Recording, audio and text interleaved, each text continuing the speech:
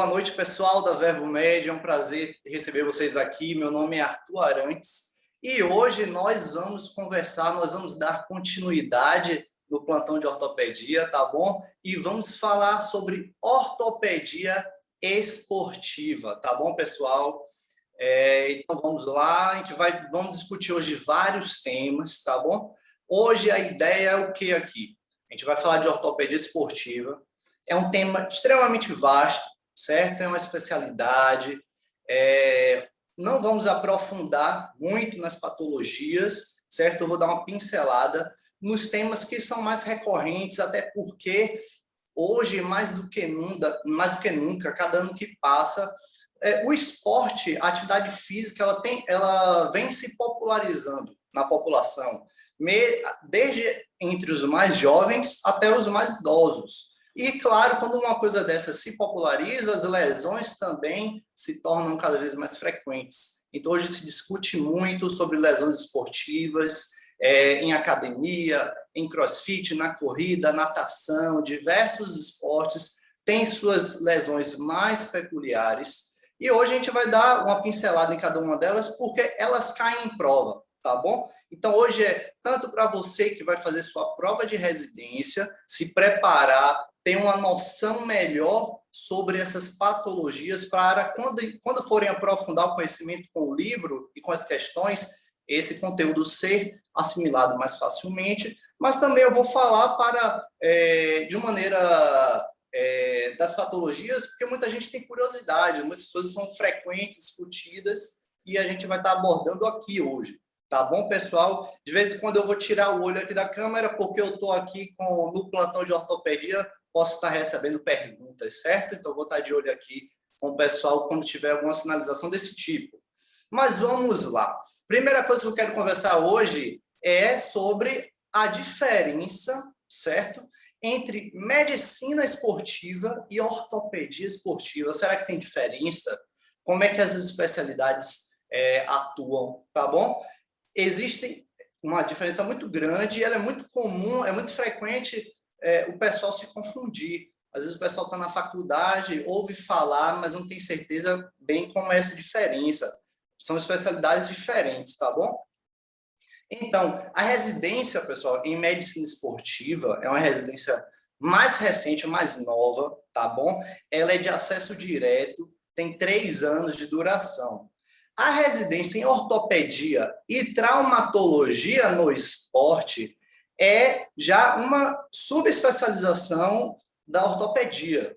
Essa especialização é o R4 de ortopedia. Da mesma forma que a gente tem R4 em joelho, R4 em pé e tornozelo, quadril, a gente tem o R4 em esporte. Né? Então, vão ser 3 anos de ortopedia mais esse ano de subespecialização.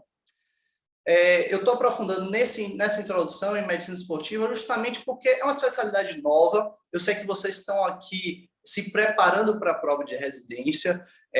Talvez a maioria já saiba o que vai querer fazer na sua inscrição lá, para o que é que vocês vão querer fazer. Agora, alguns é normal, natural, ter dúvida ainda que área quer seguir. Então, eu vim trazer esse esclarecimento, tá bom? Então, medicina esportiva, 3 anos, acesso direto, e vai trabalhar, o profissional, ele vai trabalhar com um foco na qualidade de vida do paciente, seja pela promoção de saúde ou até performance esportiva, certo? Então, a medicina do esporte, ela é uma categoria clínica. Então, vocês vão estudar muito fisiologia do esporte, vão estudar muito a parte de cardiológica, pulmonar, metabólica, tá bom, pessoal? É uma especialidade relativamente nova. No Brasil, os primeiros alunos da residência em medicina do esporte iniciaram o programa em 2007, tá bom? Em 2018, de acordo com a demografia médica no Brasil, foi revelado que haviam 869 médicos do esporte no país, que é equivalente a 0,2% do total de médicos registrados. E segundo a Sociedade Brasileira de Medicina do Exercício do Esporte, hoje 6 instituições no país oferecem a residência. tá bom? Que seria a Unesp, a Santa Casa de São Paulo, a Universidade de Caxias do Sul, perdão, a USP, Instituto de Assistência Médica ao Servidor Público Estadual e a Unifesp, tá bom?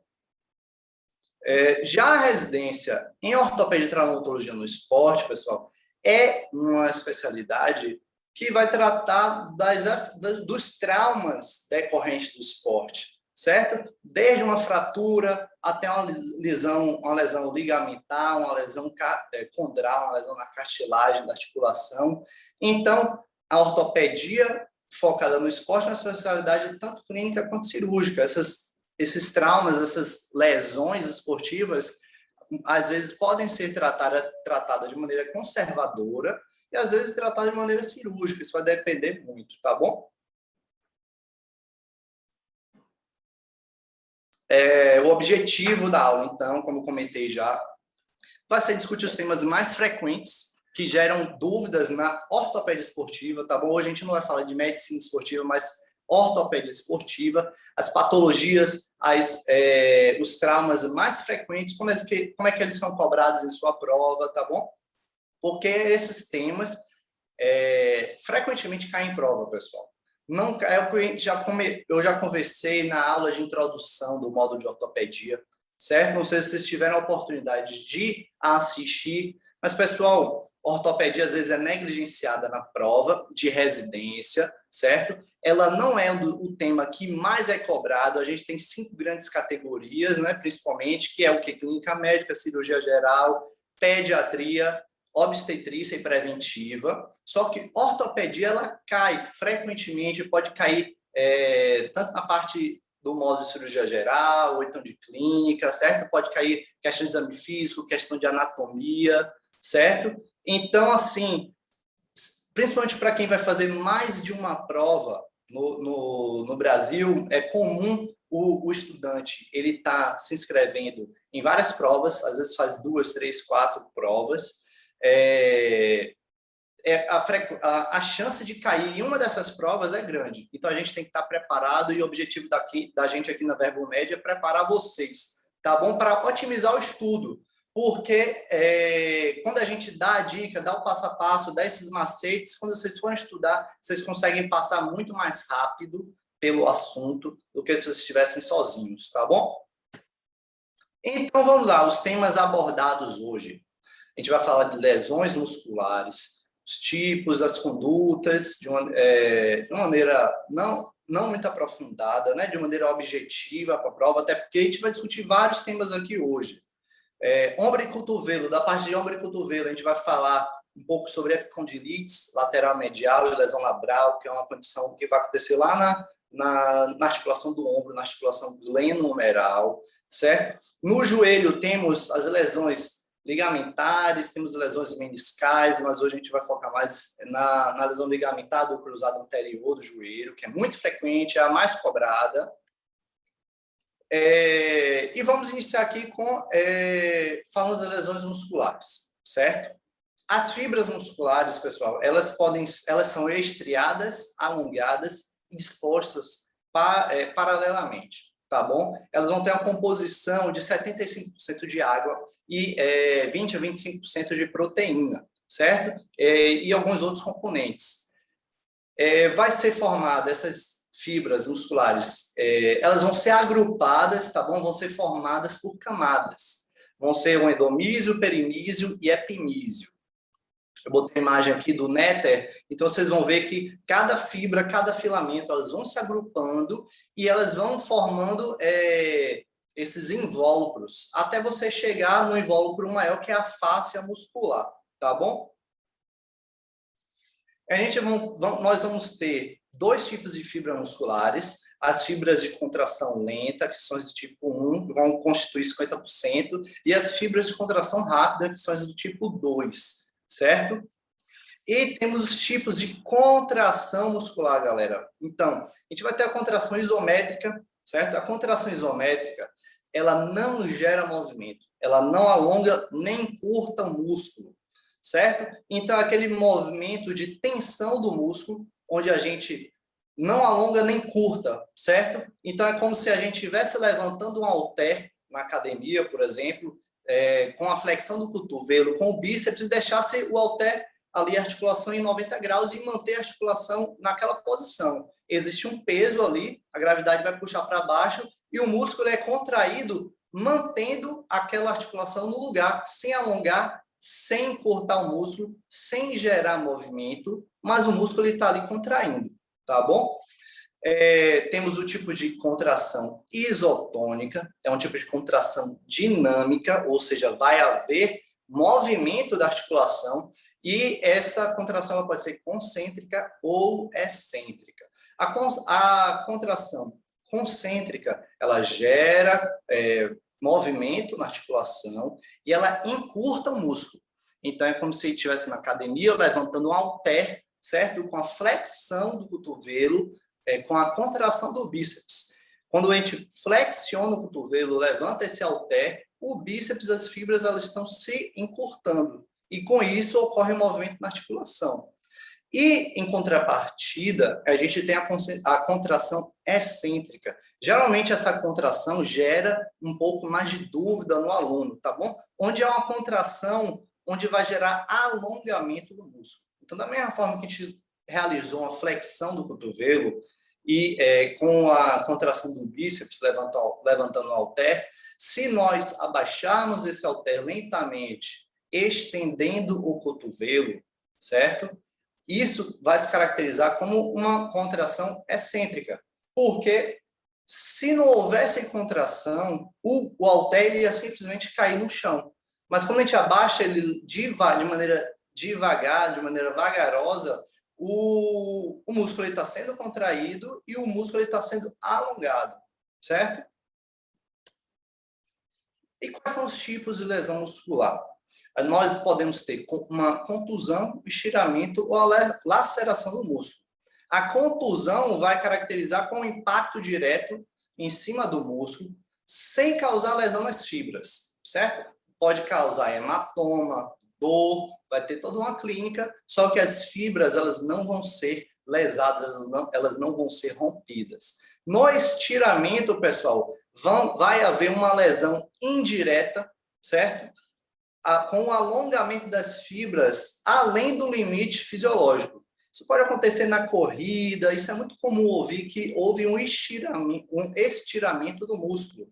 Então, as fibras elas são alongadas além do fisiológico e são parcialmente rompidas, certo? E já na laceração ocorre a ruptura completa das fibras musculares. Isso pode ser cobrado na prova, tá bom?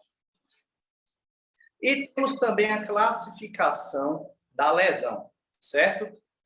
Vamos classificar em grau 1, grau 2 e grau 3. O estiramento e o grau 1 vai caracterizar pelo estiramento e contusões leves, com menos de 5% de secção transversa do músculo. No grau 2, que é o moderado, nós vamos ter uma extensão de secção transversa do músculo de 5 a 50%, pessoal. E já na grave, na grau 3, vai ocorrer uma ruptura, uma secção acima de 50% ou uma ruptura completa. E o que é que a gente vai fazer nas lesões musculares, quando ocorre uma contusão ou um estiramento ali na fase aguda? Nós temos o famoso protocolo Price, certo? Que é um mnemônico que a gente utiliza para lembrar o que é que tem que ser feito quando a gente tem uma lesão aguda, uma pancada, certo? Alguma inflamação aguda que acontece no momento ali do trauma. A gente vai pedir proteção, nós vamos proteger a articulação ou proteger o membro que foi afetado, o repouso da articulação, o A é de ice, de botar gelo na articulação. No momento agudo, pessoal, a gente bota gelo. Tem essa dúvida, às vezes, que é uma dúvida comum. Quando é que a gente bota compressa gelada e compressa quente? De uma maneira geral, isso pode variar um pouco, tem muitos estudos, mas de uma maneira geral, na inflamação no agudo, nós colocamos o gelo, a compressa fria, e nas lesões crônicas, colocamos uma compressa quente, certo? para formar vasodilatação, aí tem toda uma outra questão para ser discutida. Vamos ter também C de compressão e E de manter o membro elevado, justamente para evitar a formação do edema. Então, temos aqui uma pergunta. Eu vou estar lançando algumas perguntas quando a gente for passando pelos temas, e a gente vai discutindo, certo? Então, vou dar um tempinho para vocês darem uma lida, a gente vai discutir já.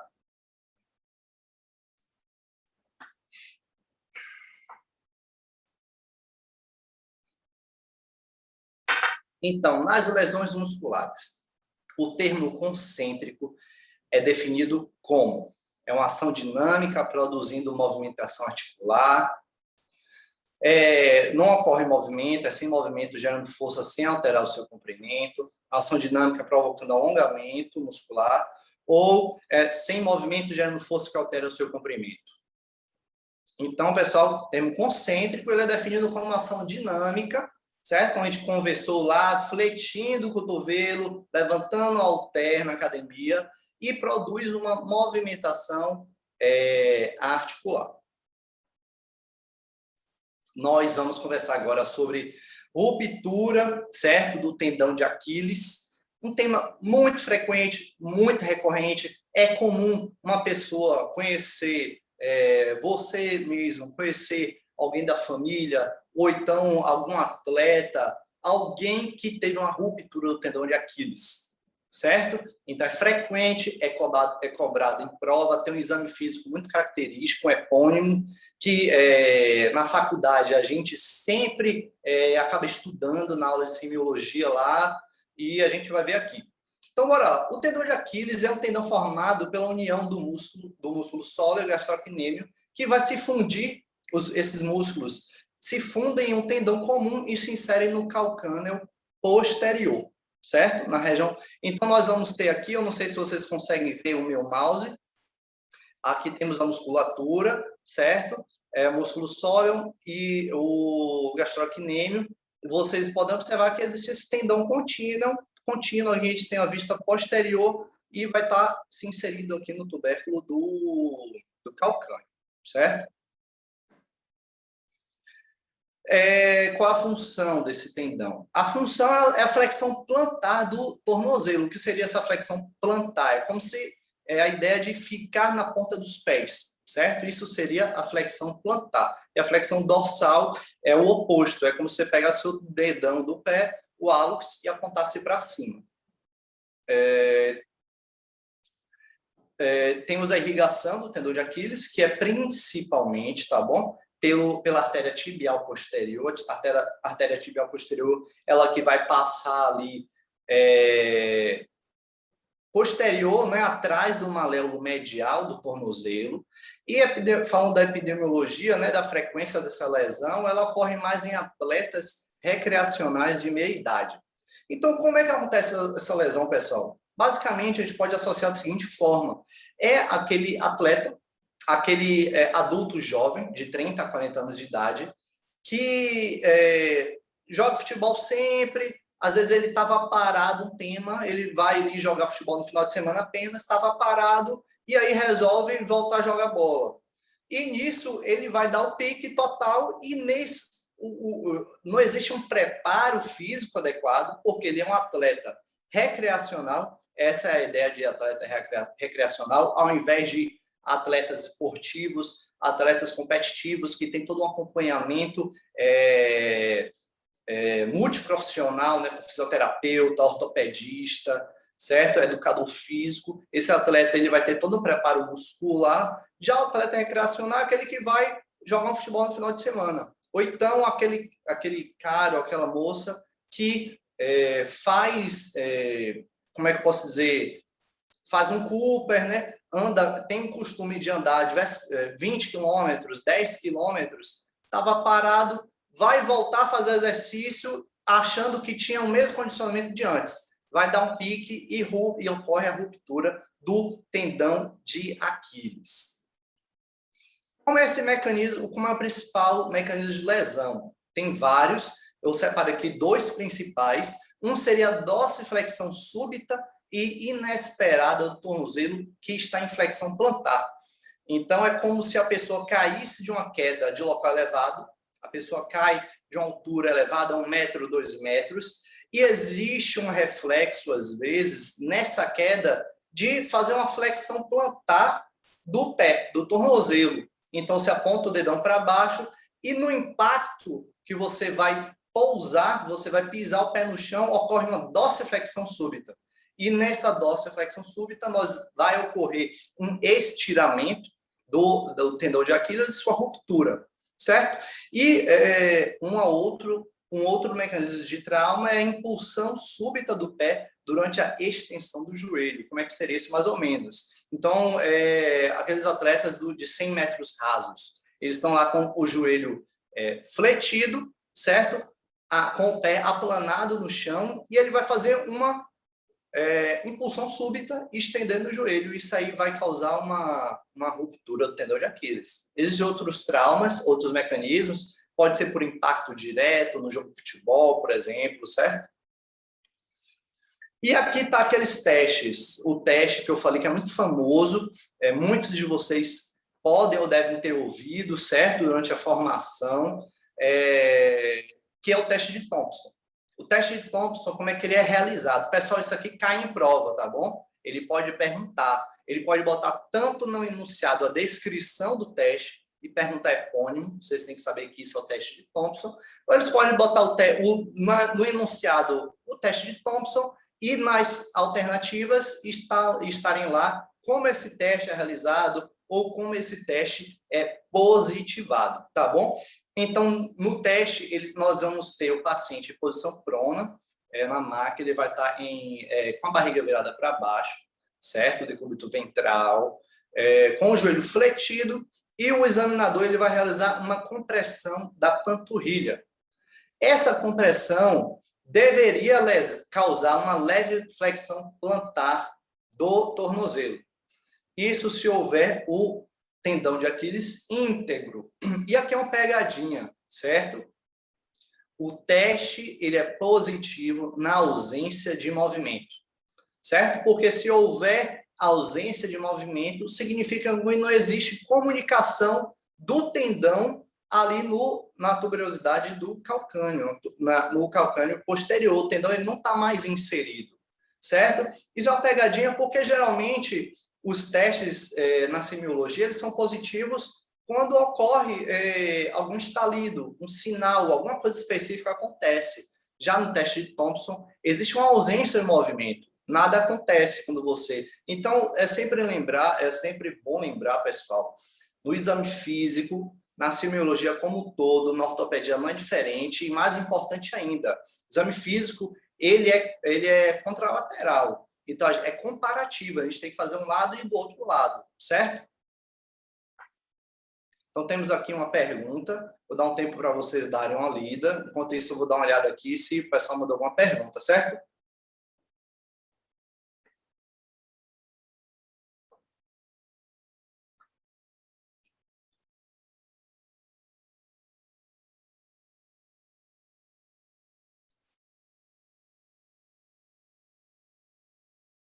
Certo, temos umas perguntas bem legais aqui, gostei bastante das perguntas. Pode perguntar, pessoal, aqui é interatividade, certo? Se vocês perguntarem, a aula vai ficar muito mais animada e eu fico muito contente de receber as dúvidas de vocês. Então, temos aqui no slide, certo? Na ruptura completa do tendão calcâneo, certo? Que é o outro nome para o tendão de Aquiles, o teste de Thompson é positivo quando não há flexão plantar do tornozelo, negativo quando não há flexão plantar do tornozelo, positivo quando há flexão dorsal do tornozelo ou negativo quando há flexão dorsal do tornozelo. A gente vai ter, como a gente acabou de conversar, que o teste de Thompson ele vai ser positivo quando não há flexão plantar do tornozelo. Tá bom? Então, eu recebi aqui algumas perguntas. Eu vou fazer da seguinte forma, entre um tema e outro, eu vou estar lançando aqui algumas de suas perguntas, tá bom? Algum colega aqui lançou com que idade ocorre o amadurecimento ósseo e quando eles começam a se degenerar. Beleza, pessoal? Vamos lá, falando de uma maneira breve, né? O amadurecimento ósseo, ele ocorre desde o nascimento certo? Até, até quando ocorre o fechamento da epífise das articulações. O que é que isso significa? Quando nós temos uma criança, se vocês forem observar uma radiografia de uma criança, ou até uma lâmina histológica, a gente vai observar que nas extremidades de ossos longos, principalmente, nós vamos ter uma lâmina de cartilagem, certo? Que vai ser a epífise. O osso, ele cresce a partir dessa lâmina de cartilagem. Essa lâmina, se a gente for olhar na histologia, nós vamos ter diversas camadas de crescimento. Então, vamos ter camadas germinativa, proliferativa, hipertrófica, de calcificação, certo? A gente pode abordar esse tema em outro momento. E o osso da criança, ele é alongado a partir dessas epífises. Na radiografia, a gente consegue ver lá uma lesão, uma zona que ela não tem não é branquinho como a gente vê na cortical do osso. Então, essa epífise, ela vai ser presente até a criança ela parar de crescer, o adolescente parar de crescer, certo? Que vai ser na faixa dos 16 anos. A gente cresce até os 16, 18 anos, a epífise vai haver algum resquício da epífise. Só que é bom lembrar que essa epífise fecha principalmente ali em torno dos 16 anos. Lembrando que ali, entre os 11 e os 14 anos, existe o período de estirão do crescimento. Isso aí vocês vão ver mais no módulo de pediatria, tá bom? A pergunta foi, quando o osso começa a crescer, com que idade ocorre o amadurecimento ósseo e quando eles começam a se degenerar.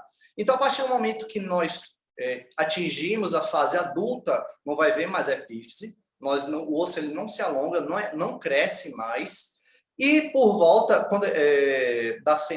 dos 60 anos, existe um processo natural, tá bom, pessoal? Que é o processo de envelhecimento e degeneração do osso, onde ele vai perdendo ali a matriz óssea, vai ficando cada vez mais porosa. Você vê o osso adulto, é um osso na diáfise, é um osso cortical, é um osso muito firme, e nas metáfises é um osso poroso. E conforme nós vamos envelhecendo, ocorre, esse osso ele vai ficando cada vez mais fraco e cada vez mais poroso. Não existe uma data específica onde se bate um martelo e a partir dali o osso ele começa a degenerar, tá bom? Isso vai variar, é multifatorial, então vai depender da alimentação, patologias associadas, genética, tá bom? Mas quando nós atingimos a idade, o idoso, né? A partir dali existe um processo natural de degeneração. Agora, também não é um processo necessariamente patológico, tá bom? É um processo natural. Agora, existe processos patológicos, onde existe osteoporose primária, secundária, só que isso é outro tema, tá bom? Então, vamos seguindo aqui com os temas. Eu vou aproveitar aqui, pessoal, que fizeram uma pergunta específica sobre a lesão do tendão. Perguntaram qual o tratamento mais eficaz para o rompimento de tendão. Eu assumo que ele está falando do tendão de Aquiles, que a gente acabou de conversar. Pessoal, o tendão de Aquiles, ele pode ser de tratamento tanto conservador, certo, quanto cirúrgico. Isso varia muito com a literatura, às vezes é cíclico. Então, há muito tempo atrás, existia uma tendência a tratamento conservador, atualmente existe uma tendência a tratamento cirúrgico, existem prós e contras. Quando é realizado o tratamento cirúrgico, vai ocorrer ali, existem diversas formas de tratar isso, vários procedimentos cirúrgicos. De maneira geral, nós vamos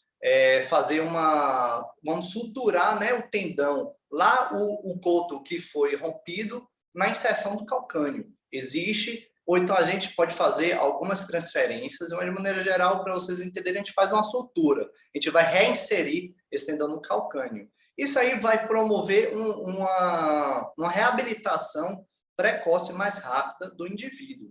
Agora, às vezes, não é possível fazer cirurgia. Existem algumas condições que impedem, entendeu? Às vezes o paciente tem muitas comorbidades, o paciente é diabético, tabagista. Existem profissionais, certo? Cirurgiões ortopedistas que podem dizer, ó, esse não é melhor a gente operar, é melhor a gente tratar conservador.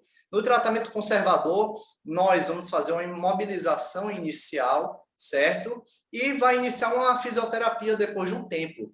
A partir do momento que a gente inicia uma fisioterapia, o tendão, o coto proximal, que é o de cima, com o distal, ele vai realinhando suas fibras e ele vai cicatrizando. Isso aí permite um retorno da função do membro, tá bom? Essa função de flexão plantar, tá bom? Tenho aqui a pergunta sobre o teste de Thompson. Quando realizamos o teste e verificamos que o paciente não responde ao estímulo, podemos considerar que esse paciente está com teste positivado? Sim, se eu entendi sua pergunta, a resposta é sim. Então, quando nós realizamos o estímulo de contração da panturrilha do paciente e o pé do paciente não realiza uma flexão plantar, ele fica parado, ou seja, como você colocou, ele não responde ao estímulo, nós podemos considerar, nós dizemos que o teste de Thompson foi positivo, certo? Positivo para a lesão da ruptura de tendão de Aquiles, certo? Então, nós vamos falar agora, dando continuidade, das lesões ligamentares do tornozelo, certo? Que é a famosa entorse. Nem toda entorse, necessariamente, ela vai evoluir com a lesão ligamentar do tornozelo, certo? Qual a diferença de entorse e luxação? A luxação, a articulação, ela perde todo o seu contato com os ossos, perdem todo o seu contato com a articulação, certo? Existe um deslocamento completo. Na entorse, existe um movimento onde a articulação ela sai do lugar e graças justamente a essas inserções ligamentares, a articulação ela retorna para o lugar. Então, é muito comum, todo mundo na vida, é comum ter um entorse do tornozelo na vida. Às vezes a gente nós pisamos em falso, certo? Ou então pisamos num buraco e o tornozelo dá uma torcida, que é aquela famosa torcida que a gente fala, né? Que é a entorse. Então, a entorse, ela compreende 85% das lesões do tornozelo, certo? 14 a 21% das lesões do esporte nos Estados Unidos, 40% das lesões no basquetebol e 25% das lesões no futebol. Lembrando, pessoal, que esses números, eles são variáveis. Esses são números encontrados em estudos, e esses estudos variam muito com a população que está sendo estudada. Então, por exemplo, foi colocado aqui uma epidemiologia dos Estados Unidos, falando de basquetebol, que são esportes mais frequentes lá, tá bom? E é uma condição levemente mais comum em mulher. Alguns estudos falam que é por conta de as mulheres, existe uma tendência das mulheres de haver uma leve frouxidão ligamentar além dos homens, entendeu? Essa frouxidão ligamentar, ela não é patológica, ela é fisiológica, isso varia com a genética e a constituição dessa matriz do ligamento, com colágeno e tudo mais. Então, falando um pouco sobre a anatomia ligamentar do tornozelo. Então, pessoal, falando da prova de vocês, pode cair.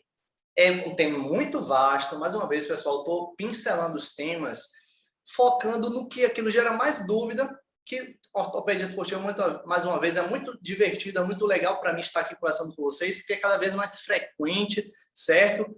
Todo mundo está praticando mais esportes, então são essas dúvidas mais frequentes na população, nos meios sociais, e também os temas mais frequentes, as pontuações mais frequentes na sua prova, tá bom? Então tem alguns assuntos que eu vou passar bem rápido. Falando da anatomia ligamentar do tornozelo, extremamente complexa, mas o que é que vocês precisam saber? Temos um complexo ligamentar medial e lateral, certo? Medial, pessoal, é sempre o que está mais centrado na linha do corpo, certo? E lateral é o que se afasta da linha do corpo, tá bom? Então, medial, certo? Que vai estar ali entre um tornozelo e outro, digamos assim. Nós vamos ter o famoso ligamento deltoide. Só isso pode ser uma pergunta para vocês. Qual o nome do complexo ligamentar medial do tornozelo? Vai ter lá vários nomes e vai estar lá ligamento deltoide. Esse é um tema que pode cair na sua prova. E qual é a principal função do ligamento deltoide? É o restritor primário em valgo. Mas eu não sei, estou na dúvida se vocês conseguem ver meu mouse, mas aqui temos a região medial do tornozelo, certo? Aqui temos a tíbia, aqui o talos calcâneo, isso aqui tudo compreende o ligamento medial, certo? São vários componentes, subcomponentes desse ligamento, que vocês não precisam saber isso aqui é para especialista.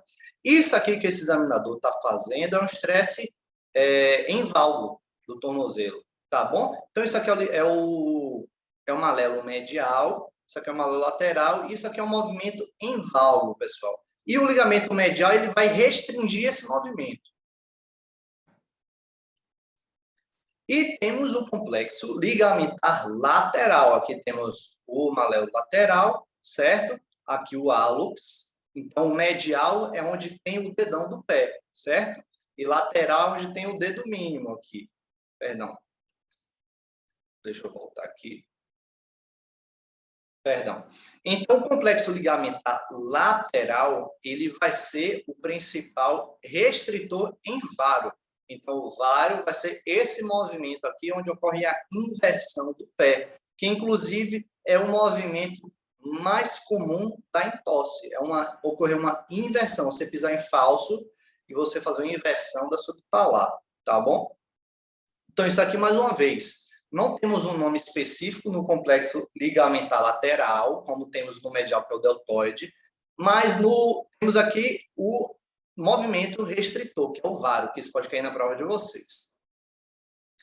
E falando também da anatomia ligamentar do tornozelo, e que pode ser rompida na entorse, temos a sindesmose, que é essa estrutura ligamentar que está entre a fíbula e a tíbia. E ela vai manter a estabilidade e a união entre esses dois ossos. E durante a entorse, o mecanismo de rotação pode fazer uma ruptura desse ligamento todo, dessa sindesmose toda, inclusive fazer uma fratura famosa, onde ocorre a fratura da fíbula lá em cima, na alta. Então, às vezes, a gente está na UPA, o paciente ele tem uma entorse do tornozelo, e quando o profissional ele não está atento, certo? Não é, nem é toda UPA, nem todo PA, pronto atendimento, que tem ortopedista, às vezes o clínico avalia, ele faz uma radiografia do tornozelo, não vê fratura e libera esse paciente, mas às vezes, pessoal, a gente tem que estar atento, nós temos que estar atentos que ocorre fratura lá em cima, na fíbula, bem alta, longe da imagem da radiografia do tornozelo, tá bom? E temos aqui a classificação. A lesão ligamentar, ela pode ser grau 1, que é um estiramento, grau 2, que é uma lesão ligamentar incompleta, e grau 3, que é a lesão ligamentar completa. Então, temos aqui mais uma pergunta, vou dar um tempo para vocês.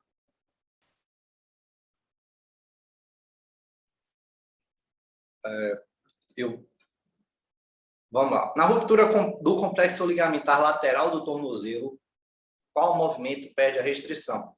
Temos aqui a flexão plantar do tornozelo, o valgo, flexão dorsal do tornozelo ou vário. Então, o vário. Então, a gente acabou de falar, na ruptura do complexo ligamentar, a restrição é o vário. Vamos ver mais uma pergunta aqui. Quais as etapas que o atleta Chris Weidman irá passar no processo de cicatrização de sua lesão?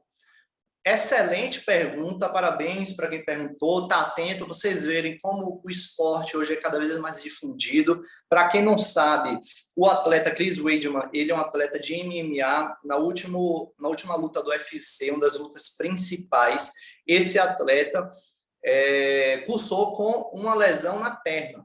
Por curiosidade aqui, pessoal, foi o mesmo atleta que o lutador, o Anderson Silva, lutou lá, se eu não me engano, em 2013, aquela luta famosa, onde o Anderson Silva fez um chute, né? E esse chute, infelizmente, evoluiu com uma fratura da tíbia. Curiosamente, o mesmo atleta que Anderson Silva lutou, esse mês agora, essa semana, ele lutou com outro lutador e ele passou, infelizmente, pela mesma lesão que o Anderson Silva passou. O mesmo atleta, que é o Chris Weidman. Inclusive, o Anderson Silva mandou uma mensagem de apoio para ele e tudo mais. Então, o colega aqui, ele pergunta quais as etapas que Chris Weidman irá passar no processo de cicatrização de sua lesão. Pessoal, Chris Weidman, ele passou por uma fratura da tíbia, certo? Nós não temos, eu não vi a radiografia da lesão dele, tá bom? Mas a clínica é soberana até na ortopedia, tá bom? Então, algumas condições a gente consegue avaliar apenas no exame físico, certo? O exame físico é de extrema importância na ortopedia, e a primeira etapa do exame físico é a inspeção, em toda a maioria do exame, em todo exame físico, né? E ali eu posso dizer que o atleta ele evolui com a fratura da tíbia. Fratura da tíbia, pessoal, é cirúrgica. E muito provavelmente, certo? Ele já deve ter passado, inclusive, já operou, ali é para ser operado na urgência, certo? E a cirurgia, o padrão ouro para esse tipo de lesão de fratura da tíbia é uma haste intramedular da tíbia, certo? Que é um tutor interno. Então, o que é realizado? É colocado uma haste, certo? Metálica, dentro do canal medular, certo? Quando a gente coloca essa haste dentro do canal medular, a gente faz um bloqueio proximal, bota um parafuso em cima, bota um parafuso embaixo. Isso vai promover estabilidade e retorno da função daquele membro. Estabilidade para a fratura. Vai ser uma estabilidade relativa, ou seja, vai ocorrer uma formação de calo ali, a fratura ela vai consolidar, certo? E o atleta vai poder retornar, inclusive, a lutar, certo? Como são as etapas da cicatrização? O osso ele demora, a depender do tipo da fratura, certo? Em média, 4 a 6 semanas para consolidar, se tudo der certo nas etapas da consolidação, certo? E, entretanto, mesmo num dia após a cirurgia, o paciente, mesmo com a fratura grave da tíbia, ele já pode andar, já pode deambular, certo? Claro que com todos os cuidados, acompanhamento do médico, ortopedista, do fisioterapeuta, ele já pode iniciar a reabilitação. E aí vai ser a gente vai dar uma carga progressiva ao membro, certo? O atleta ele vai ganhando confiança, vai iniciando a carga progressiva e aí o osso vai consolidando, tá bom? Mas é fantástico como uma lesão, uma fratura tão grave, a gente consegue operar e poder botar o paciente para andar no dia seguinte. Isso é muito gratificante na ortopedia. A ortopedia é sensacional, pessoal. Então, vamos conversar sobre a marcha. Extremamente importante isso aqui, certo? Pode muito cair na prova de vocês. É extremamente complexo também, só que não vai cair perguntas complexas para vocês com relação à marcha. E esse aqui que a gente vai abordar. A marcha ela tem duas fases principais, que é a fase de apoio, que conta com 60% do tempo, e a fase de balanço. A fase de apoio, ela vai constar com 60%, e é nessa fase que o pé ele faz contato com o solo. Enquanto o pé está em contato com o solo, se caracteriza como fase de apoio, porque o pé ele vai estar ali sustentando o peso corporal e o tronco vai fazer ultrapassagem. Então, é iniciado com o apoio do calcanhar, o tronco vai estar lá atrás, posterior, aplanamento do pé, certo? Acomodação intermediária e impulso. Isso aí é a fase de apoio da marcha. A partir do momento que o pé ele sai do contato com o solo, é a fase de balanço, que é 40%. Então, impulso, vai ter aceleração do membro, vai ter oscilação intermediária e a desaceleração com apoio, que vai iniciar o apoio do calcâneo, que aí retorna à fase de apoio, certo? Então, o membro ele vai avançar. E aí temos marchas patológicas. Então, eu trouxe isso aqui porque pode ser pontuado na prova de vocês. Caracterizar qual a marcha antálgica, qual a marcha escarvante, certo? Então, a marcha antálgica, o paciente ele vai ter alguma afecção dolorosa do membro, certo? O membro ele vai estar com dor por algum motivo. É muito comum ser uma marcha antálgica decorrente de alguma dor decorrente do quadril, certo? uma sinovite transitória, alguma doença do quadril, uma piortrite do quadril. E o paciente, ele vai, com o mecanismo de defesa, ele vai fazer passos rápidos e cuidadosos com o membro afetado. Quando ele faz isso, pessoal, a fase de apoio, onde o membro está apoiado, já que ele está com dor, ela vai ser encurtada e vai aumentar o tempo da fase de balanço. Temos a marcha de deficiência bilateral do glúteo médio, que é esse músculo que vai estar aqui no quadril, certo? E ele aqui inserido na bacia, né? E haverá na fase de apoio o desvio se tiver uma deficiência bilateral desse músculo, na fase de apoio vai haver o desvio do tronco em direção ao lado que o glúteo médio não está funcionante, com a ideia, com o objetivo de é um mecanismo de manter o centro de rotação, certo? A gente tem que ter o centro de rotação do corpo sempre centrado, né, no eixo ali. Senão, o corpo ele tende a cair para um lado, pessoal. Então, na marcha com deficiência bilateral, existe o paciente ele fica nesse cambaleando, né? Na marcha escarvante, aqui é muito interessante, certo? Existe a deficiência dos dorsiflexores do pé, onde você vai ter uma lesão do nervo fibular comum. Característico, podem perguntar isso para vocês. Na marcha escarvante, qual nervo está lesado? É o nervo fibular comum, certo? E como o paciente ele não consegue dorsifletir, certo? Ele não consegue dorsifletir o pé, o tornozelo, o pé ele fica caído. Como o pé fica caído, quando ele vai passar o pé, a fazer a passada, o pé, o bico do sapato, do calçado, ele arrasta no chão. Então, isso é chamado de marcha escarvante por conta disso. E o mecanismo compensatório que o paciente faz para evitar isso é a flexão do quadril. Então, ele flete o quadril para o pé não arrastar no chão. Pontuando rápido, para a gente não atrasar, para a aula não se estender muito. Eu sei que, às vezes, uma aula contínua fica muito cansativa, certo? A minha ideia é fazer essa aula aqui num período de 1 hora e o pessoal da Verbo Média aí pode estar me sinalizando com relação ao tempo. Só curiosidade, no último UFC também, houve um atleta que recebeu um chute na região posterior da coxa e ele recebeu nocaute técnico, pessoal. Nocaute técnico, ele perdeu a luta porque existe um nervo ali que passa posterior da coxa, o nervo ciático que vem lá do quadril, ele vai lá posterior da coxa, na região do joelho, atrás do joelho, vai se dividir em nervo tibial e fibular comum. E justamente por ele ter feito um chute nessa região posterior da coxa, ocorreu uma chamada neuropraxia. O nervo ele perdeu a questão da despolarização, não consegue mais enviar a informação direito, né, para os membros inferiores, e isso aí promoveu que o atleta ele não conseguiu ter uma função adequada da marcha dele, e ele perdeu a luta por conta disso. Ele até continuou a tentar lutar, ele tentou levar a luta para o chão com jiu-jitsu e tal, mas não conseguiu vencer. A pergunta aqui. O pessoal da Verbo Média, a gente está recebendo muitas perguntas, aí vocês me sinalizam aí, tá bom? Deixa eu ver aqui. Temos várias perguntas, gostando muito da participação de vocês. Temos aqui.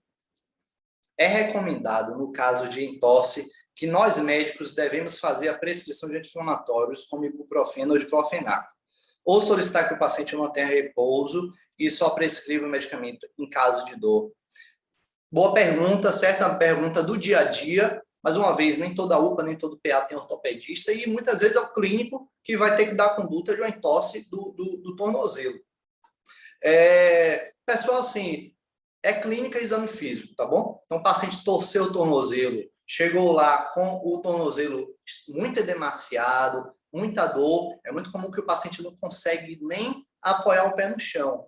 Vocês bateram radiografia, tem que sempre bater radiografia como exame complementar para avaliar se houve uma fratura associada a esse entorse, que é muito comum, certo? Fratura malelo medial, malelo lateral, tá bom? Então, o paciente teve entorse, chegou pé demasiado, não teve fratura, você vai poder dar alta para casa para esse paciente com tratamento conservador. E sim, é comum a gente prescrever analgésico, tanto analgésico para dor, como a dipirona, paracetamol, quanto um anti-inflamatório. É muito comum ibuprofeno, diclofenac, não tem problema nenhum.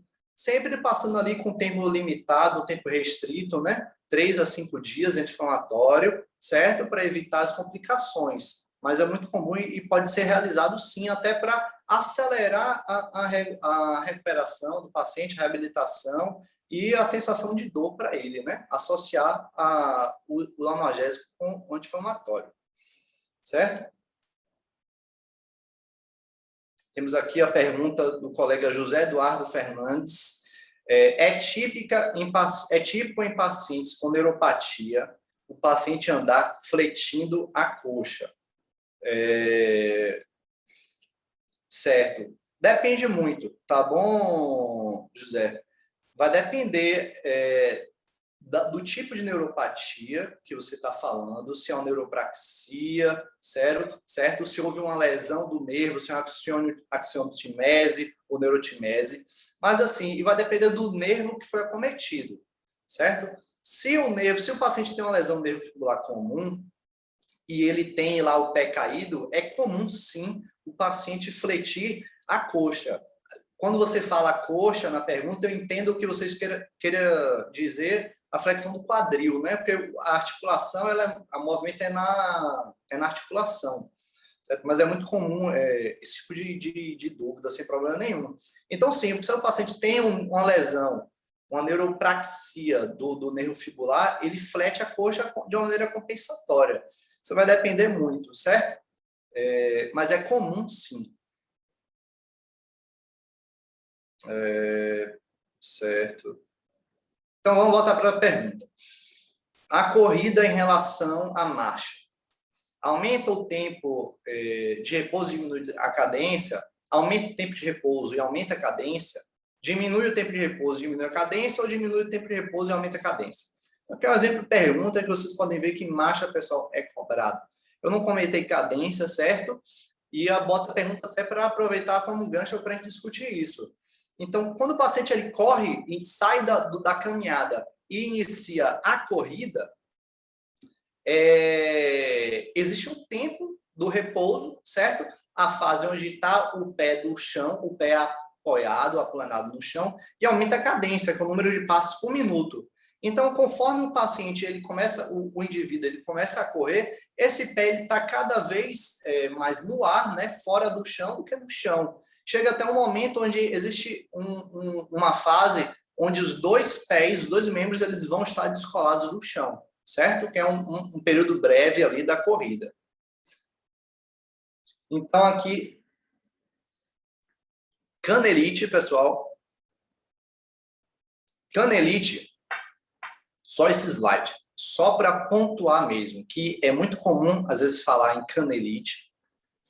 Canelite existe um nome técnico, que é a síndrome do estresse tibial medial, ali em locais de inserção, vai ocorrer uma inflamação, certo? E o paciente ele vai ter dor na famosa canela, né? Por isso que é chamado de canelite, que ali é a perna, onde a gente tem o osso da tíbia e o osso da fíbula, certo? Por que eu botei isso aqui? Porque é um termo popular e eles podem botar isso aí justamente para pegar vocês com esse nome técnico, que é a síndrome do estresse tibial medial. Então, vai ocorrer uma dor medial, certo? Na região da perna, que melhora após o aquecimento e piora pela manhã. E, mais uma vez, vai estar relacionado a atletas recreativos com exacerbação do treino sem preparo adequado. Então, uma coisa semelhante ao que a gente conversou lá com o paciente que teve a ruptura do tendão de Aquiles. Então, por exemplo, é um maratonista, certo? Um atleta recreativo, e que ele está acostumado a fazer Cooper, corrida, corre 5 km, 10 km, 20 km, 30 km, não importa. A questão é que existia um preparo para aquilo e às vezes é comum ele ficar sedentário por um período, retornar a fazer o exercício, dar um gás, achar que, pô, estou com tudo, ele vai lá e não existe um preparo adequado da musculatura e isso acaba gerando essa afecção, que é a canelite, tá bom? Então, apenas esse slide para pontuar. Não é tão frequente, eu nunca vi em prova, mas a gente sempre sabe que a banca ela pode inovar, né? Então, temos aqui joelho, certo? Joelho é uma das áreas, subespecialidades da ortopedia muito relacionadas com o esporte. Temos lesão de menisco, lesão ligamentar, temos diversos ligamentos no joelho. É muito comum você conhecer alguém na sua família, algum amigo, certo? Que teve algum tipo de lesão ligamentar do joelho, ou então uma lesão meniscal. E é muito frequente, e também muito frequente perguntado em prova. Hoje a gente vai falar de uma lesão ligamentar específica do LCA, certo? Que é o cruzado anterior, que é a mais frequente, a mais falada, a mais discutida. Qual é a função? Então, a lesão do ligamento, o ligamento cruzado anterior é essa, certo? Ele é cruzado porque ele vai cruzar com o LCP, que é o ligamento cruzado posterior, certo? Lembrando que posterior é o que está atrás, certo? E o anterior que vai estar na frente do corpo, tá bom? Então, o LCA, qual é a função dele? Ele evita a anteriorização da tíbia. Ou seja, ele vai evitar que a tíbia ela se desloque para frente, entendeu, pessoal? Então, sua ruptura ela vai causar uma instabilidade do joelho, assim como qualquer ruptura ligamentar do joelho. Então, se você romper o LCP, a função do LCP, do ligamento cruzado, é a posteriorização, evitar a posteriorização da tíbia. E temos os ligamentos cruzados lateral também, esse que se insere na fíbula, e o medial, certo? Que vai prevenir a instabilidade em varo e valgo, certo? Então, falando do LCA, qual é o mecanismo do trauma? O principal mecanismo do trauma é a flexão do joelho, mais o valgo, rotação interna do fêmur sobre a tíbia. Isso, colocando assim, é meio difícil de vocês assimilarem e entenderem. Mas um exemplo, e que é muito comum no esporte, certo? Na partida de futebol, é o jogador que faz uma mudança súbita de direção. Ele pode estar fazendo um drible, ou então ele simplesmente está correndo para o ataque e quer voltar para a zaga, certo? Então, existe uma mudança súbita de direção, então ele vai fletir o joelho, certo? Fazer um movimento de valgo e rodar o fêmur sobre a tíbia. E isso é um movimento característico que vai promover a ruptura do LCA, certo? E um outro movimento é a hiperextensão do joelho, que geralmente acontece quando a gente tem uma pancada direta ali na articulação do joelho, que às vezes é muito frequente no futebol, né? Vai ocorrer uma marcação e o adversário vai com o pé direto no joelho do jogador, do atleta. Isso promove uma hiperextensão e pode causar uma lesão, uma ruptura do ligamento cruzado anterior. Nos exames de imagem, a gente tem que fazer sempre a radiografia, tal, mas o exame de imagem que é muito avaliado para avaliar a lesão ligamentar é a ressonância magnética. A ressonância magnética, o que a gente vai ver nela? Nós vamos ver tanto a ruptura do ligamento, certo? Quanto a contusão óssea, que ela vai estar lá até 80% das lesões. A contusão óssea você vê na ressonância magnética com hipersinal na ressonância. Então, a região do osso ela vai brilhar, certo? E temos também como lesão associada as lesões meniscais, que de 50% a 70%. E quando a lesão era aguda, a lesão aguda do menisco, o menisco mais associado é o menisco lateral, certo?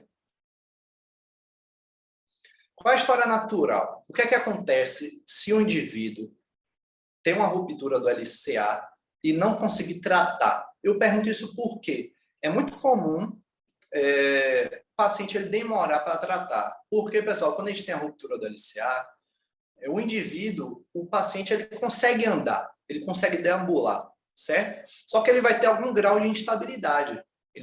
O joelho vai ficar em falso, ele vai relatar, doutor, meu joelho está instável, eu sinto o joelho em falso.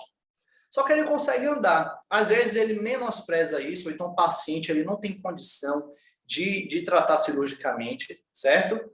Pelo SUS, às vezes existe essa limitação de atraso no tratamento, apesar que hoje eu trabalho no SUS, pessoal, e o paciente ele tem acesso, e ele consegue. Claro que isso vai depender muito da região, né, do Brasil, mas o que é que acontece se ele não tratar? A função do joelho vai estar preservada, porém vai haver instabilidade, coloquei aqui. E o paciente, essa instabilidade mais atividade física, atividade física pode ser tanto uma atividade física mesmo, como o esporte, ou então simplesmente o paciente ele anda, trabalha, faz suas coisas do dia a dia. Essa estabilidade, a lesão, ela vai promover essa estabilidade e vai causar lesões no decorrer do tempo, certo? E a história natural é o quê? Na medicina a gente fala história natural, é aquilo que a patologia ela inicia e ela vai evoluindo como? O paciente ele vai evoluir com lesões meniscais, lesões osteocondrais ali da cartilagem e vai acabar evoluindo com gonartrose. Gonartrose, pessoal, é um termo específico que é dado para a artrose, osteoartrose do joelho, certo? Então, às vezes é um detalhe que pode ser cobrado na prova de vocês. E, mais uma vez, na lesão aguda, certo? O que é feito? O protocolo Price. O protocolo que a gente já conversou, proteção, repouso, gelo, compressão e membro elevado. Tratamento cirúrgico. Tratamento cirúrgico vai depender de muitos fatores, tá bom? Vai depender de quais são as lesões associadas. Às vezes o paciente teve uma lesão multiligamentar do joelho. Aí é um caso grave, muito mais complexo, certo? Mas, de uma maneira geral, o que é feito na cirurgia do ligamento do joelho, pessoal? É colocado um enxerto autólogo. O que significa? É retirado um enxerto de algum ligamento ou tendão do próprio corpo do paciente. Na mesma cirurgia, a gente retira, faz um acesso cirúrgico, remove aquele ligamento. São ligamentos, enxertos que não vão promover uma perda de função importante no paciente. Então, 2 exemplos principais são usados. O enxerto do ligamento patelar. Então, a patela, a gente tira um filete da patela e vai inserir para substituir o LCA. E o enxerto dos tendões flexores, principalmente do braço do semitendíneo, certo? Então, a gente reinsere e faz túneis ósseos, certo? Com o trépano, através do osso, e reinsere o ligamento onde era originalmente o LCA. E aí o paciente consegue reabilitar, andar ele anda no mesmo dia do pós-operatório e vai reabilitando junto com o auxílio do profissional ortopedista, fisioterapeuta, educador físico e dentre outros. Epicondilites, pessoal. Falando agora um pouco sobre ombro e cotovelo. Deixa eu ver aqui se houve alguma pergunta específica. Temos aqui uma pergunta. Sempre ouvi falar que andar de bicicleta é a atividade que mais ajuda na recuperação de ligamentos do joelho. É verdade? Não existe, pessoal, essa relação direta, certo? De bicicleta com a recuperação dos ligamentos do joelho. Quais são os benefícios da bicicleta? A bicicleta é um excelente exercício na ortopedia para o paciente reabilitar, porque é um exercício sem impacto. Então, o paciente está ali sentado e vai fazer movimentos que vai promover uma hipertrofia, uma reabilitação da musculatura dos membros inferiores, principalmente do quadríceps, posterior da coxa, a panturrilha, que, pessoal, é essencial. Reabilitação, com fortalecimento muscular no pós-cirúrgico da ortopedia. É essencial. Às vezes a cirurgia ela é lisa, ela é perfeita, só que o paciente ele negligencia a reabilitação com o fisioterapeuta e ele não evolui bem com a cirurgia, tá bom? E aí a bicicleta é um exercício excelente porque ele não tem impacto na articulação, diferente da corrida. Então, às vezes o paciente ele faz uma cirurgia de prótese do joelho e aí não é recomendado pedir para o paciente reabilitar já iniciando com uma corrida. E o paciente ele vai poder correr, fazer maratona, só que na reabilitação não é indicado. E aí o que é que indica o paciente? Hidroginástica, que é outra atividade essencial, que são atividades dentro da água, que vai diminuir o impacto na articulação, e bicicleta é outro sensacional, certo? No ultrassom conseguimos detectar de primeira o grau de estiramento ou de extensão muscular. É possível. Isso vai depender muito da articulação que você está avaliando, certo? e depende muito da condição de partes moles do paciente. Não é o mais ideal. Aí o ultrassom ele vai ter um grau de sensibilidade e especificidade menor. A gente conversou até sobre isso na aula que eu dei na aula de preventiva, né, sobre métodos de diagnóstico, propriedades dos métodos de diagnóstico, sobre sensibilidade e especificidade. Então, o ultrassom, nesse caso aqui, ele vai ter uma sensibilidade e especificidade menor, porque ele vai ser afetado pelas partes moles do paciente. E como a gente já conversou, na lesão aguda, é como o paciente ter edema. Se o paciente tiver um edema muito grande de partes moles, você não consegue ver a ruptura e a lesão. E, às vezes, até se tiver um edema baixo, um edema fraco, ou então na fase crônica, às vezes não é possível ver. Lembrando que o ultrassom, ele é examinador dependente, né? O profissional ele tem que ser muito bem qualificado para fazer e laudar bem o ultrassom.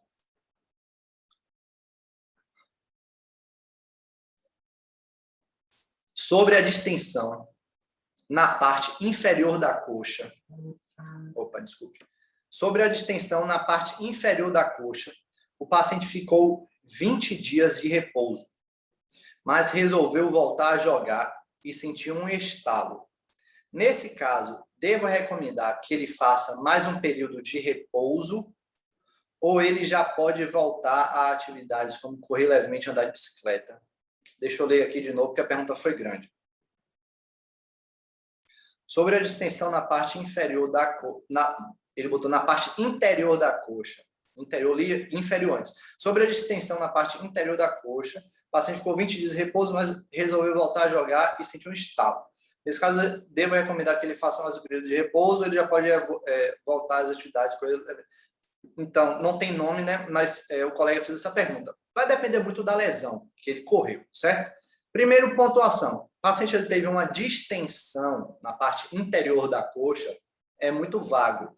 Mas, vamos dizer que ele teve um estiramento, que a gente já conversou, certo? Não houve ruptura completa, até porque uma ruptura é infrequente, né? É comum mais ter um estiramento.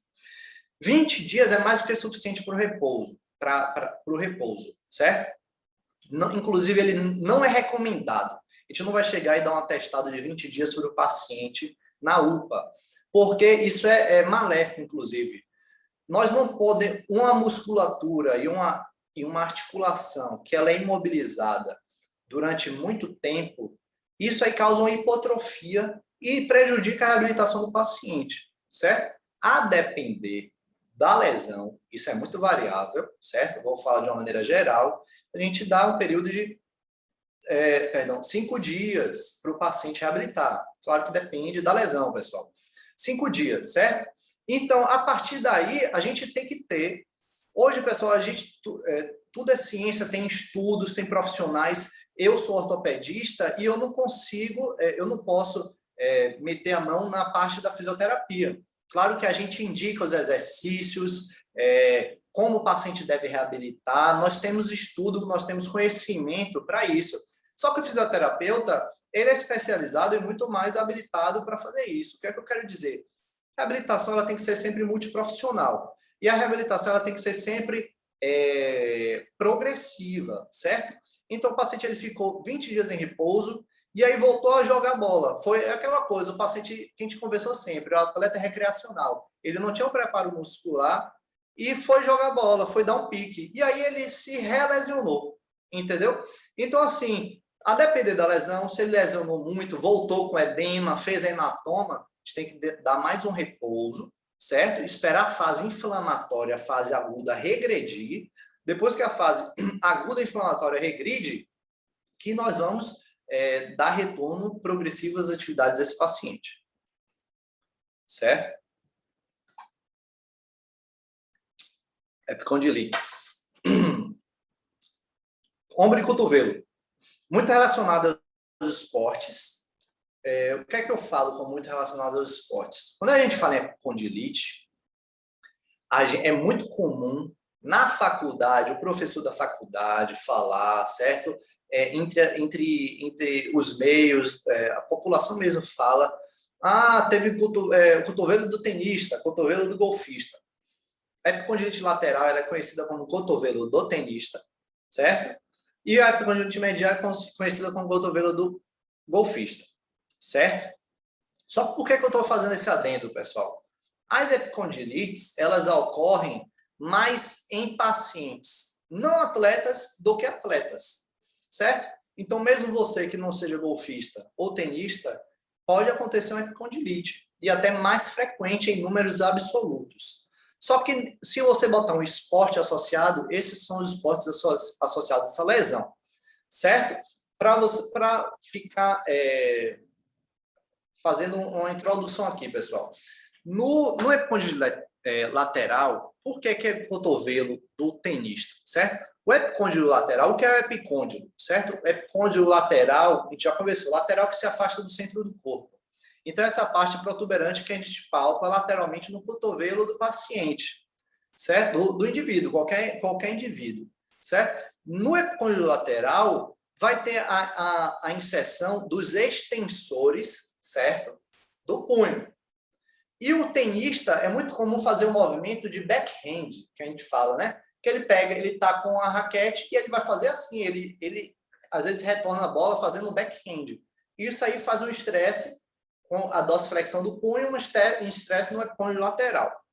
Já no epicôndilo medial, onde se insere os flexores do punho, certo? A gente vai ter aqui pronador redondo, flexor radial do carpo, palmar longo, e entre outras musculaturas, certo? E o que acontece? No golfe, é comum o paciente ele vai fazer a tacada, ele fazer uma flexão do punho, certo? Então, isso aí vai estressar o epicôndilo medial, onde estão inseridos os músculos flexores, certo? Do antebraço do punho. Então, depois desse adendo, vamos lá. Epicondilite é muito frequente na prova de vocês, como perguntando o teste, o exame físico epônimo, que é realizado, certo? Então, incidência de 0,6 na população geral e 9% entre os jogadores de tênis. Muito associado a trabalhadores de indústria de automóveis. A etiologia ela vai ser multifatorial, não é só o esporte, certo? E vai ocorrer uma tendinose, certo? O tendão, a inserção tendínea ali. Por quê? Por microtraumatismo, principalmente relacionado ao músculo extensor radial curto do carpo, certo? E isso vai promover uma hiperplasia angiofibroblástica. Isso é um pouco falando da fisiopatologia para vocês entenderem. Mas isso aí especificamente não vai ser cobrado de vocês. Então temos aqui a imagem do Netter, o famoso Netter, Atlas de Anatomia, certo? Então temos aqui o epicôndilo lateral, epicôndilo medial, que a gente conversou, e aqui temos alguns músculos inseridos, certo? E o principal relacionado é o músculo extensor radial do carpo, curto do carpo. Temos o longo e o curto, certo? E o curto vai ser esse aqui, tá bom? E o exame físico, testes especiais. Temos o teste de Cosen, certo? E o teste de Mills, que eles avaliam o epicôndilo lateral, a tendinite, a epicondilite. E como é que ele é realizado? O Cosen, ele é o paciente com o cotovelo fletido, o examinador vai realizar uma flexão forçada do punho e o paciente resiste com dorsiflexão. Se ele está resistindo com dorsiflexão, ele está estressando, sensibilizando os extensores e vai doer. E aí vai ser positivo. E o teste de Mills é semelhante, certo? Só que o paciente ele vai estar com o cotovelo em extensão. E falando da epicondilite medial, é muito relacionado a atletas com movimentos de repetição acima da cabeça, certo? Os músculos relacionados vão ser o flexor radial do carpo e o pronador redondo, que a gente já comentou lá atrás. Então, eu não sei se a imagem ficou pequena para vocês, mas a gente vai ter o flexor radial do carpo e o pronador redondo ele deveria estar aqui, mas ele foi omitido na imagem. E os testes especiais? Nós não temos o examinador, não existe um epônimo específico e nós vamos fazer o que com o paciente? O examinador ele vai fazer o paciente ele vai estar com o cotovelo fletido 90 graus, como a gente vê na imagem, antebraço supinado, punho em extensão e mão aberta. O examinador vai forçar a extensão passiva do punho e o paciente ele vai resistir. E aí ele vai sensibilizar lá o epicôndilo medial e vai acusar dor, tá bom? E falando do ombro, o SLAP.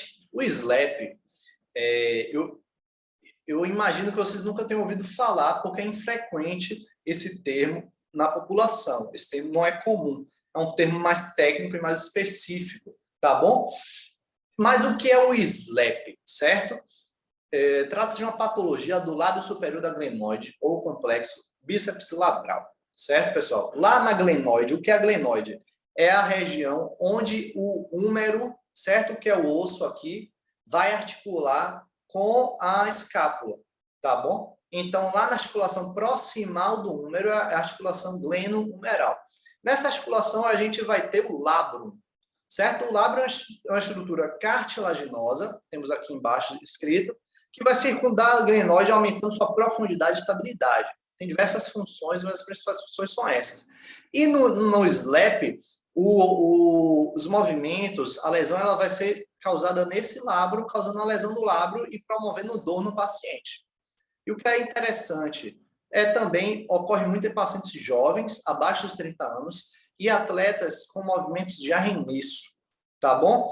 Então, é muito comum, se você for olhar nos livros, mais uma vez, os livros, a literatura, muitas vezes, ela é de fora, né? Não é do Brasil. Então, a epidemiologia deles é muito nos Estados Unidos, ou então na Europa, e é muito relacionado o SLAP com arremessadores de beisebol, certo? O arremessador de beisebol, qual é o movimento que ele faz? A gente botou aqui atletas em movimento de arremesso.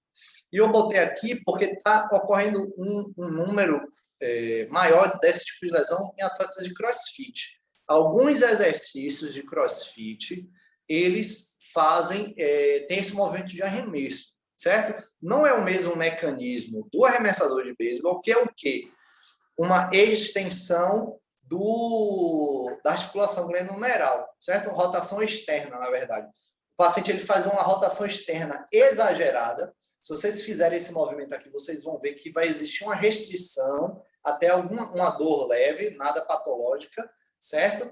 Vai existir essa restrição. E aí, como o arremessador de beisebol ele vive disso, ele é um atleta e existem movimentos frequentes, isso causa lesão na glenoide, tá bom, pessoal?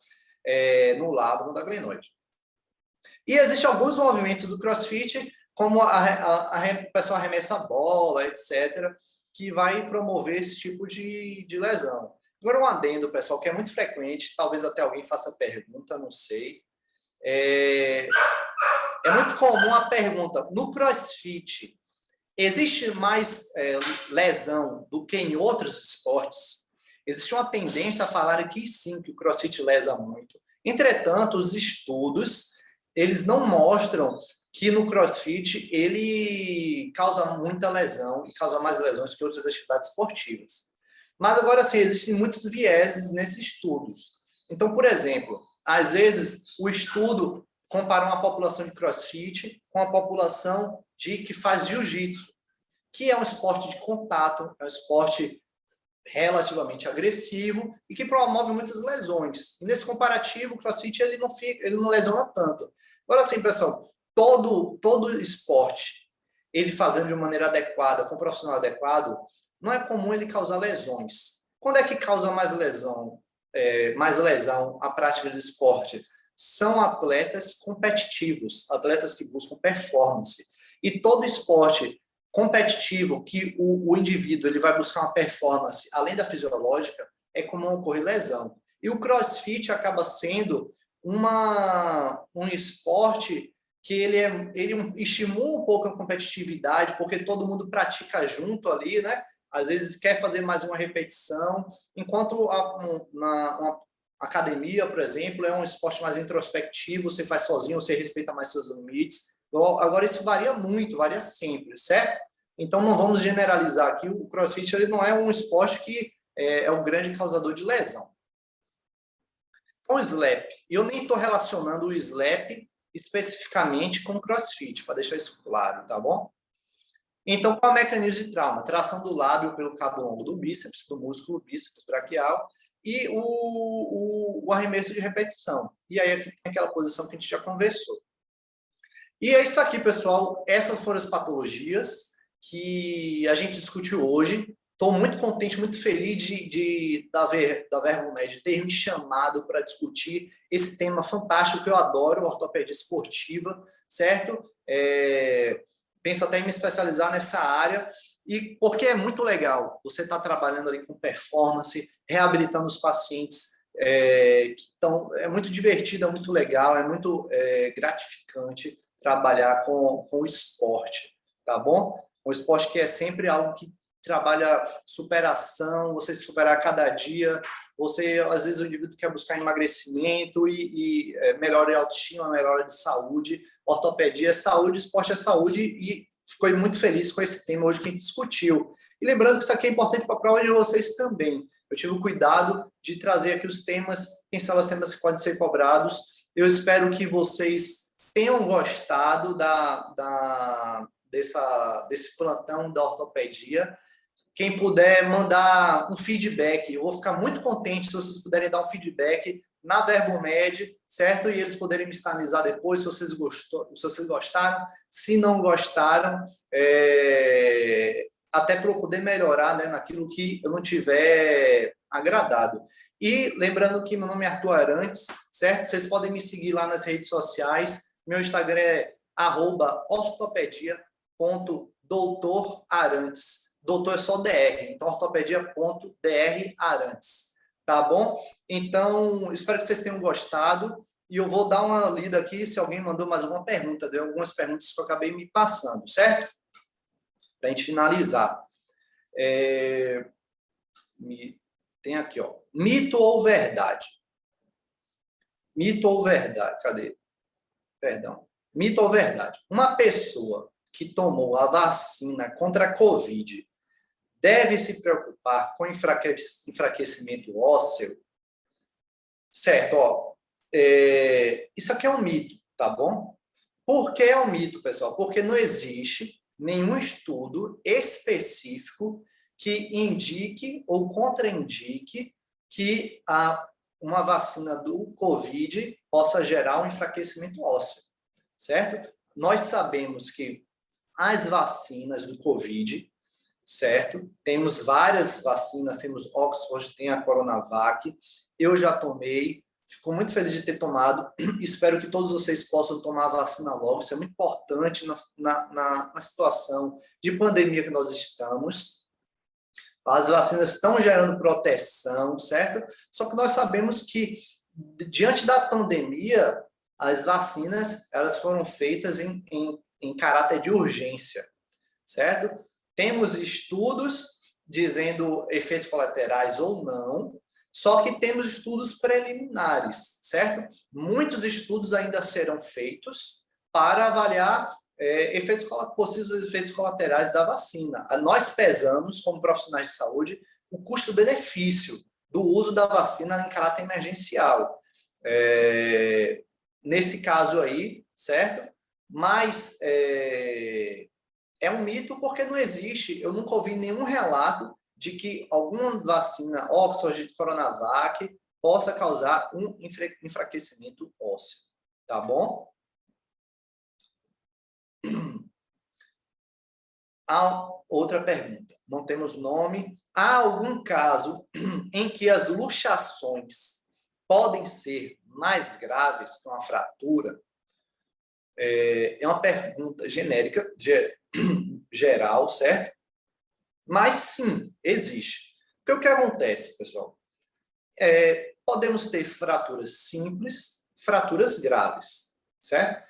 Nem toda fratura ela precisa fazer cirurgia, inclusive. Inclusive, a maioria das fraturas ósseas, elas são de tratamento conservador. Nós colocamos gesso, ou então imobilizamos a articulação com a tipóia, a depender da articulação ou do osso que seja fraturado.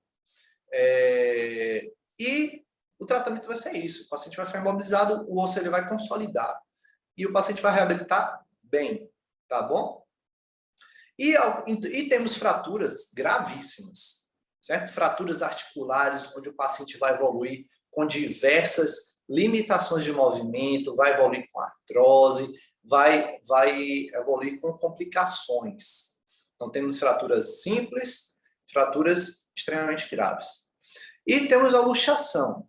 A luxação, ela pode ser, de uma maneira geral, Simples e grave também, pode evoluir com complicações. Então, por exemplo, muito comum, paciente tem uma instabilidade da articulação do ombro, certo? E o paciente chega no pronto atendimento com articulação luxada. Falando de conhecimentos gerais, no Big Brother, recentemente, eu não sei, eu só vi a notícia porque eu não acompanho, mas um participante teve uma luxação, ao que tudo indica, uma luxação do ombro. E eu não sei por quem ele foi atendido, mas isso gerou até polêmica na hora. Ele foi tratado de maneira indevida, certo? Com uma imobilização, acho que ele botaram uma tipóia nele, ou botaram um gesso, eu não tenho certeza agora, e deixaram a articulação luxada, certo? E como é que como é que a gente sabe que aquela articulação ainda estava luxada? Porque foi visível no exame físico da inspeção que o paciente ele tinha um sinal da dragona, ou seja, a gente conseguia ver a articulação luxada. Mas é muito comum o paciente ele chega com uma articulação no ombro luxada, no PA, a gente reduz e o paciente nunca mais pode ter uma luxação na vida. E aí a gente vai passar um analgésico, às vezes um anti-inflamatório, o paciente vai seguir a vida normal, foi uma luxação. Só que temos complicações de luxações também, extremamente graves. Então, por exemplo, o paciente tem uma luxação do joelho. Para o paciente luxar o joelho, a gente conversou que temos diversos complexos ligamentários. Temos ligamento dentro do joelho, ligamento fora do joelho. Para o paciente luxar o joelho, os ligamentos precisam ser rompidos, certo? E existem casos graves onde tem lesão neurovascular, uma artéria ou até um nervo, aqueles nervos que a gente comentou que está atrás do joelho, eles podem ser lesados, isso pode ser extremamente grave para o paciente, entendeu? Então, vai depender muito com o caso, espero que tenha sanado sua dúvida.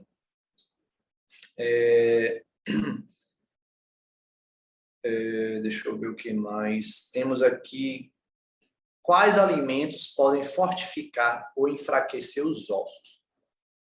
Uma pergunta muito genérica também, certo? Pessoal, a gente, mais uma vez, multiprofissional. A gente tem que sempre abraçar as outras profissões, o fisioterapeuta, o educador físico, o nutricionista, tudo isso é essencial. Se a gente faz uma cirurgia e o paciente está desnutrido, não tem um acompanhamento nutricional adequado, pode ter certeza, essa cirurgia ela não vai evoluir tão bem, de maneira tão adequada quanto poderia, certo? Aí pergunta, quais alimentos podem fortificar e enfraquecer os ossos? Pessoal, a gente tem que ter uma alimentação equilibrada, uma alimentação saudável, certo? Com proteínas, todos os macronutrientes, né? Que são as gorduras, proteínas, carboidratos e os micronutrientes, que são as vitaminas, certo? A gente tem que ter uma variedade na alimentação. Não vai ser um alimento específico que você vai se alimentar, e isso aí vai fortalecer o seu osso, certo? É sabido que alguns alimentos muito industrializados, eles levam a diversas degenerações no corpo da gente, né? São alimentos muitas vezes com componentes cancerígenos. Com a evolução com a evoluir das coisas, algumas substâncias que eram jogadas nos alimentos antigamente, quando existia uma menor fiscalização, eles eram extremamente danosos, cancerígenos. Então, hoje, alguns desses alimentos, têm substâncias menos cancerígenas e menos que podem causar esse tipo de lesão, né, no corpo da gente. Mas, ainda assim, alimentos industrializados, enlatados, refrigerantes, esses alimentos, eles possuem conservantes e substâncias específicas que podem lesar esse tipo de dano, enfraquecimento articular, enfraquecimento dos ossos, lesão arterial, do endotélio, certo? Então, a gente tem que sempre ter uma alimentação equilibrada.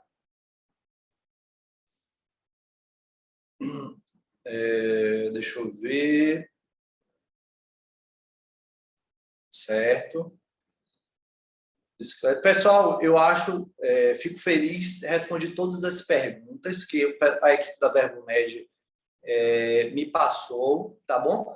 Tive mais de 10 perguntas aqui, fico muito feliz com a participação de vocês. Quero agradecer. Mais uma vez, meu nome é Arthur Arantes, certo? E podem me seguir lá nas redes sociais, @ortopedia.drarantes. Vou ficar muito feliz com o feedback de vocês, tanto lá no meu Instagram, quanto para a equipe da Verbomed. E agradeço a Verbomed pela confiança aí de estar ministrando essa aula. Muito obrigado, pessoal. Até a próxima.